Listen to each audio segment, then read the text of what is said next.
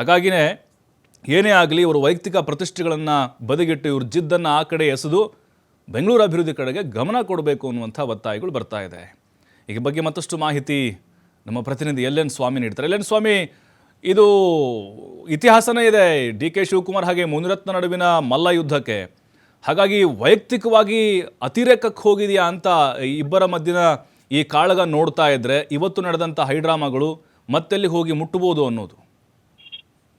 ಖಂಡಿತ ಪ್ರಭು, ಈಗಾಗಲೇ ಡಿ.ಸಿ.ಎಂ ಡಿ.ಕೆ. ಶಿವಕುಮಾರ್ ಸೇರಿದಂತೆ ಶಾಸಕ ಮುನಿರತ್ನ ನಡುವೆ ಸಾಕಷ್ಟು ಆರೋಪ ಪ್ರತ್ಯಾರೋಪಗಳು ಕೇಳಿ ಬರ್ತಾ ಇರುವಂತದ್ದು. ಅಂದ್ರೆ ಒಬ್ಬೊಬ್ಬ ನಾಯಕರು ಕೂಡ ತಮ್ಮದೇ ಆದಂತ ಹೇಳಿಕೆಗಳನ್ನ ಕೊಟ್ಟು ಈಗಾಗಲೇ ವಾಕ್ಸಮರ ಶುರು ಮಾಡಿದ್ರು. ಇವತ್ತು ಮತ್ತೆ ಅದೇ ರೀತಿಯಾಗಿ ಇಬ್ಬರ ಜಟಾಪಟಿ ಹೈಡ್ರಾಮಾ ಕೂಡ ಕಂಡು ಬಂದಿರುವಂತದ್ದು.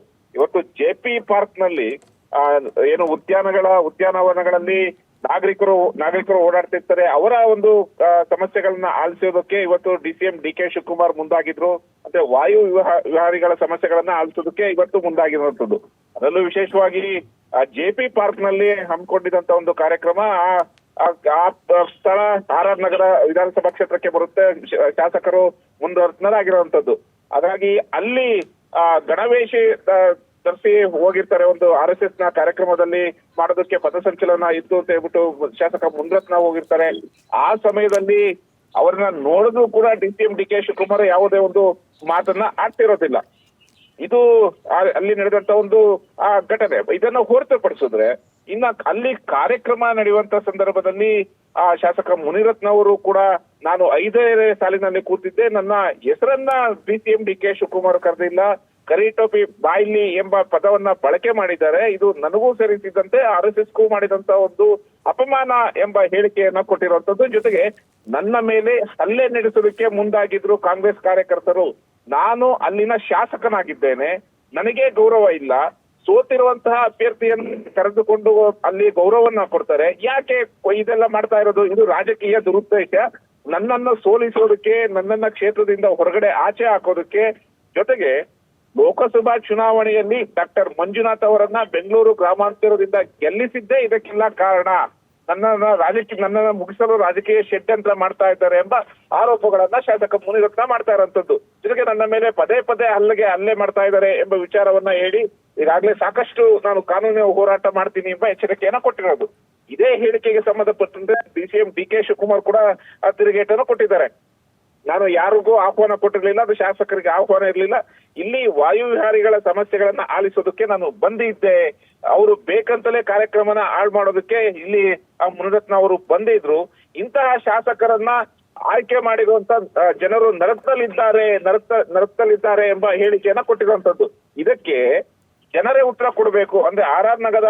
ನಗರದ ಶಾಸಕರನ್ನ ಆಯ್ಕೆ ಮಾಡಿರೋದಕ್ಕೆ ಜನರೇ ಉತ್ತರ ಕೊಡಬೇಕು. ಉತ್ತರ ಕೊಡ್ತಾರೆ. ಇಂತಹ ಶಾಸಕರನ್ನ ಯಾಕೆ ಆಯ್ಕೆ ಮಾಡಿದ್ದು ಎಂಬ ಅರಿವು ಅವ್ರಿಗಾಗಿದೆ. ಹಾಗಾಗಿ ಜನರೇ ಮುಂದಿನ ದಿನಗಳಲ್ಲಿ ಉತ್ತರ ಕೊಡ್ತಾರೆ ಎಂಬ ಹೇಳಿಕೆಯನ್ನ ಕೊಟ್ಟು ಆ ತಿರುಗೇಟನ್ನು ಕೊಟ್ಟಿರುವಂತದ್ದು. ಒಟ್ಟಿನಲ್ಲಿ ಇಬ್ಬರ ಒಂದು ಹೇಳಿಕೆಗಳು, ಪ್ರತ್ಯೇಳಿಕೆಗಳು, ವಾಕ್ಸಮರಗಳು ಇವತ್ತಿನ ಜಟಾಪಟಿ ಮತ್ತೆ ಇದು ಮುಂದಿನ ಹೋರಾಟಕ್ಕೆ ಅಥವಾ ಸಂಘರ್ಷಕ್ಕೆ ದಾರಿ ಮಾಡಿ ಕೊಡುತ್ತಾ ಎಂಬ ಚರ್ಚೆಗಳು ಸದ್ಯ ರಾಜಕೀಯ ವಲಯದಲ್ಲಿ ಸಾಕಷ್ಟು ಚರ್ಚೆ ಆಗ್ತಾ ಇರುವಂತದ್ದು. ಪ್ರಭು, ಅಂದ್ರೆ ಎಲ್.ಎನ್. ಸ್ವಾಮಿ, ಈಗ ಒಂದು ರೀತಿ ಟಾರ್ಗೆಟ್ ಪಾಲಿಟಿಕ್ಸ್ ನಡೀತಾ ಇದೆ ಅಂತ ಇವೆಲ್ಲ ಹೈಡ್ರಾಮಾಗಳು ನೋಡಿದ್ರೆ ಗೊತ್ತಾಗುತ್ತೆ.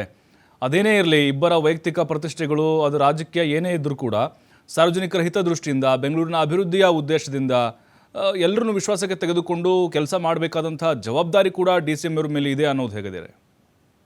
ಖಂಡಿತ. ಈಗಾಗಲೇ ಸಾಕಷ್ಟು ಈ ವಿಚಾರಕ್ಕೆ ಸಂಬಂಧಪಟ್ಟಂತೆ ಪರ ವಿರೋಧ ಚರ್ಚೆಗಳು ಶುರುವಾಗಿರುವಂತದ್ದು.